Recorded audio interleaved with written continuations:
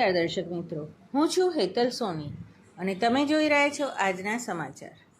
મહેસાણા જિલ્લાના વિસનગર શહેરના કાંસા એને વિસ્તારમાં લોકો દોજક જેવી જિંદગી જીવવા માટે મજબૂર બની ગયા છે। વિસનગર નગરપાલિકા દ્વારા આ વિસ્તારમાં ચાલી રહ્યા છે ત્યારે તંત્ર દ્વારા ઘોર બેદરકારી દાખવી રહ્યા હોય તેમ હજી તો ગટરનું ગંદા પાણીની રામાયણ તો પતી નથી અને પીવાના પાણીની પાઇપલાઇનનું રિપેરિંગ કામ 5 વખત થયું છતાં પણ આનું નિરાકરણ આવતું નથી તેવી ફરિયાદ આ વિસ્તારના લોકો ભારે આક્રોશ સાથે કરી રહ્યા છે। પાઇપલાઇનનું કામ કરી રહ્યાને 10 મિનિટ થઈ નથી ને રિપેરિંગ કર્યા પછી તરત જ આ પાઇપ ખુલી ગઈ હતી।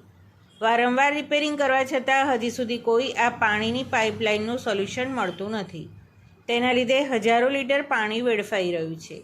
લોકોના ઘરમાં અત્યારે હાલમાં પણ ગંદુ ગટરનું પાણી સાથે ભળી જઈ પીવાના પાણી સાથે ઘરે પાઇપલાઇનમાં મળી રહ્યું છે, છતાં પણ આ નગરપાલિકાના સત્તાધીશો કંઈ કરી શકતા નથી।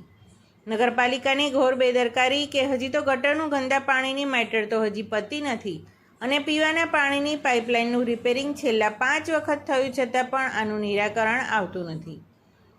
10 મિનિટ થઈ નથી ને રિપેરિંગ કર્યા પછી તરત જ આ પાઇપ ખુલી ગઈ। વારંવાર કરવા છતાં હજુ સુધી કોઈ આ પાણીની લાઈનના પ્રોબ્લેમ્સનું સોલ્યુશન મળતું નથી। તેના લીધે હજારો લીટર પાણી વેડફાઈ ગયું છે।